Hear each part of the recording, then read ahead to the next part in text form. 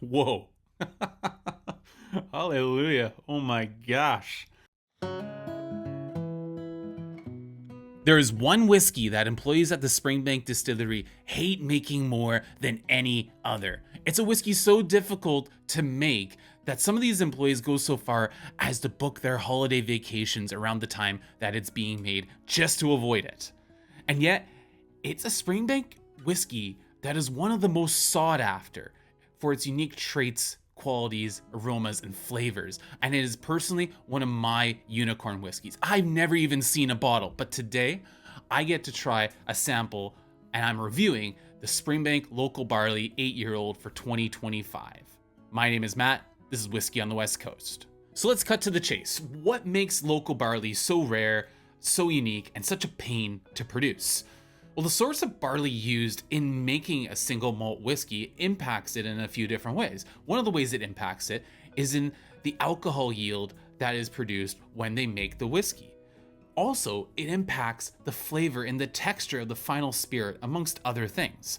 I have found, for instance, that Islay-grown barley varietals tend to produce a wonderfully oily and viscous spirit. In addition to this, very few distilleries can and do employ the use of local barley varieties. It's an inefficient and more costly process using a less uniform grain size that really causes a lot of difficulties with the machinery. Even fewer distilleries can malt their own local barley varieties on their own malting floors. There's so few distilleries that have their own malting floors to begin with. But one of the best examples I can think of is the Kilchoman Distillery on Islay that actually makes its own Kilchoman 100% Islay barley release. That's absolutely one of the best examples of a distillery that can and does do this. So that's why it matters, or at least a part of the reason why it matters, and also part of the reason why it's rare. So why do the employees at Springbank not enjoy working with the local barley? Well, frankly, it's a pain in the arse. For starters, when it's harvested from the field locally, and trucked into the distillery, it hasn't been processed in the same way that bulk barley grain would typically be. It has twigs, rocks, soil, and whatever else may have been dredged up at the farm when it was harvested. All of this that will have to be separated from the barley in one way or another, and I'd imagine it's a time-consuming process not required for other barley shipments, but required for this one. Next, the barley grown on the Kintyre Peninsula tends to be smaller, harder, denser, and more irregular in shape. This is all a recipe to create problems during the milling process after an already labor-intensive floor malting process. Anecdotally, I've heard stories of machinery breakdowns much more frequently than usual while running through local barley grain at the Springbank distillery. The specific batch of Springbank Local Barley has another rare twist to it. They've employed the use of a landrace varietal of barley known as Bere Barley. Now, landrace grain is a variety that is a cultivated, genetically unique variety that has evolved in a certain ecogeographical area and is therefore adapted to the climatic and growing conditions of that area. Now, a more succinct and less precise way to say this is it's a heritage grain. It's one that was traditionally grown and used in a specific area. Bere barley is believed to be Britain's oldest cultivated cereal, and some even suggest that it was introduced to the area by the Vikings in the 9th century. It's used to make beer and whiskey and is known to be adapted to the shorter growing season and harsher conditions of the Northern Islands like the Hebrides and the Shetlands.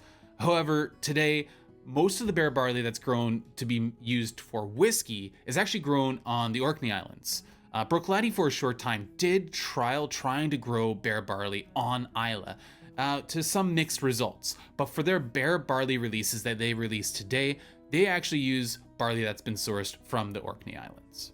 So the Springbank Local Barley 2025 8-year-old Campbeltown Single Malt Scotch Whisky. It is an 8-year-old distilled in July of 2016, bottled in December of 2024. It's bottled at 58.1% ABV, non-chill filtered, natural color, 50% ex-Bourbon casks, 50% ex-Sherry casks, and it is using Bere barley that was grown in High Ranachan on the Kintyre Peninsula. Phenol count is the typical count for Springbank releases, is 2.5 times distilled, 12 to 15 ppm for the on-grain phenols. batch size is about 13,500 bottles, and the price was 100 British pounds. And in Canada, I think it's around $275 for a bottle. But honestly, I never really had a chance at a bottle. And the only reason I have a sample is because I was able to sign up for a Kensington Wine Market virtual tasting kit. And Kensington Wine Market, KWM, is my favorite whiskey shop in the entire country, located in Calgary. They're a must stop if you're in Calgary. You absolutely have to check them out. Fantastic store. But one of the things, because it's so hard to even see a bottle of this, I've never seen one in my life, but to get your hands on a bottle of this, it's incredibly difficult. At the end of the review, I'm going to recommend a bottle that shares some hallmarks, some traits with this particular Springbank Local Barley 8-year-old. It's not a dead ringer, but it would give you some idea of what this could taste like. Springbank Local Barley 8-year-old on the nose. Oh man, that's so good. Right away, there's this like savory meatiness with a bit of a sulfurous note, but not like overwhelmingly sulfur. But it's in there, it's noticeable. The peat along with this like meaty note almost goes like hickory, a bit like smoked brisket as well. There's industrial note, fruit as well, like melon and cantaloupe. That first note of like meatiness, it's now turning a bit sweet, so it's going from that meaty tone. The sulfur's kind of blowing off now that it's not covered. And it's going more like raisin, touch of chocolate. But what's really taking over my attention in the nose is the industrial notes. There's like this industrial, like oil rags, machine shop sort of note that I get so often with Springbank. And it's got that Campbeltown funk in there.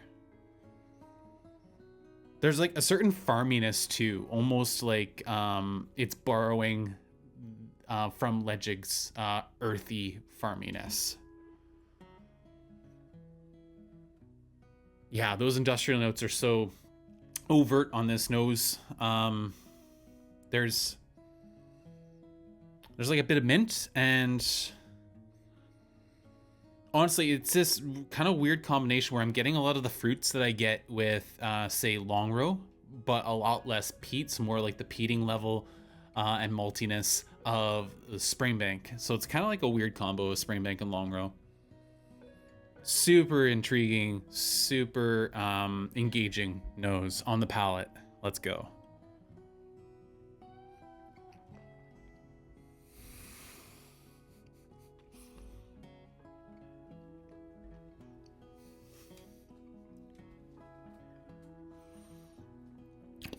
Whoa. Hallelujah. Oh my gosh. That is oily. That is mouth coating.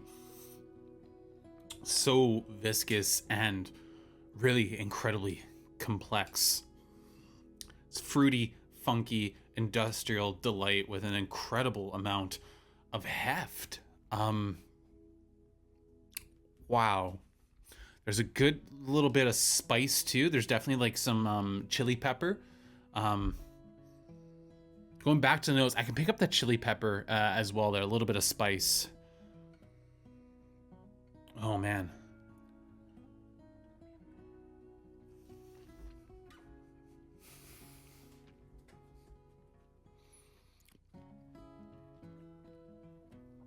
Mango, melon, and glossettes, like chocolate covered raisins. But that maltiness, that cereal driven note is there in spades. This is such a complex whiskey, and it really feels like this like balance, this like teeter-totter of these, you know, ex-Bourbon sherry, grain versus cask versus peat. Like all the elements are here, and the distillate character too. My word. It's malty, and trying to place a spice, it's, I'd say more like nutmeg, but it's kind of profiling like if you're Canadian, you might be familiar with these, like an old-fashioned glazed Timbit. there's this sweetness in there, a bit of vanilla, but it's got this little edge of spiciness too, along with that like doughy, that doughy note. It's, man, this is so good.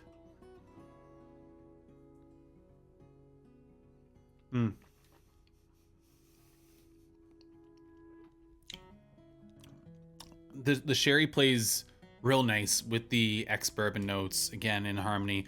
There's some dessert tones like creme brulee, chocolate, and a bit of citrus as well, with the bitterness that's on my tongue right in this moment.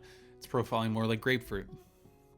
But it finishes really strong on the peat smoke. The peat smoke kind of builds. It kind of like starts low on the nose, and through the palate it amps up, and by the finish it's going pretty good. But the fruitiness as well. And then uniquely,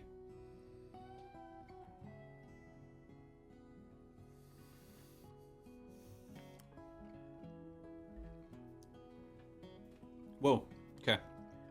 I tried to focus in on a particular brininess I was getting on the finish. As I tried to focus in on it on the palate, it just turned very like so salty on the palate. Like the first thing I was getting was just salt all over my tongue, like a brine, like legitimately. Wow, this is a fantastic dram of whiskey. I do see some similarities with another whiskey that I want to talk to you guys about, but let me get to the score, and I'm going to talk about a comparison bottle here. So the score for the Local Barley 8-year-old is going to be a 90 out of 100.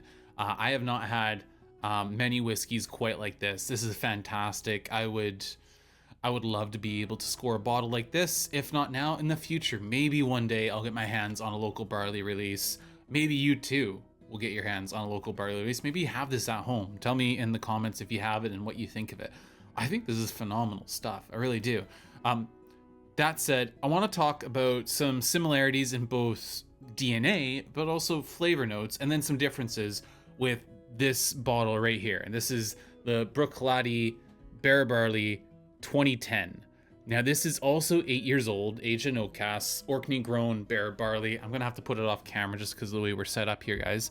But this is a whiskey that you can absolutely go out and purchase. If it's not on shelves, you can get it at auction. It won't be much more than it retailed for. It might be even a bit cheaper. But the Bruichladdich Bere Barley with the 8-year-old malt Bere sourced from Orkney, the similarities are like the maltiness, the coastal brininess, the bit of spiciness, like with the peppering, as well as there's a farmy earthiness, and again that like Tim Hortons donut thing. If I was getting like old fashioned glazed in the Springbank Local Barley, I get more like sour cream glazed with the Bruichladdich. That's just because there's like that lactic kind of sour note that Bruichladdich is known for, and it just comes through in spades on that. So that's really interesting. But they're both briny, earthy, farmy whiskeys that are malt and cereal driven. But there's a lot more going on with casks. The casks get in the way a little bit more with the Springbank as opposed to the Bruichladdich. All this to say, they're both heavily oily, viscous, mouth-coating drams. Springbank is fruitier, it's louder, more explosive. It has the industrial notes going for it, and it is peated. The Bruichladdich is unpeated. But why am I bringing this up? Well, I know how frustrating it can be watching a review of a whiskey, a rare whiskey, that you can't get your hands on. I think we all know that feeling. And I thought you can at least experience a sliver of what this Local Barley 8-year-old is like with something like the Bruichladdich Bere Barley 2010 release. So it's an option to throw out there just to get like a sense of what that's like. It's the same varietal of barley, and I think it's actually a pretty good whiskey in its own right. Well, that's it, guys. Thank you so much for indulging me in this Local Barley review. I've been looking forward to this for so long, but thank you to all my subscribers, my Patreon members, everyone who comments and watches the video. Until next time, from the West Coast, Slàinte.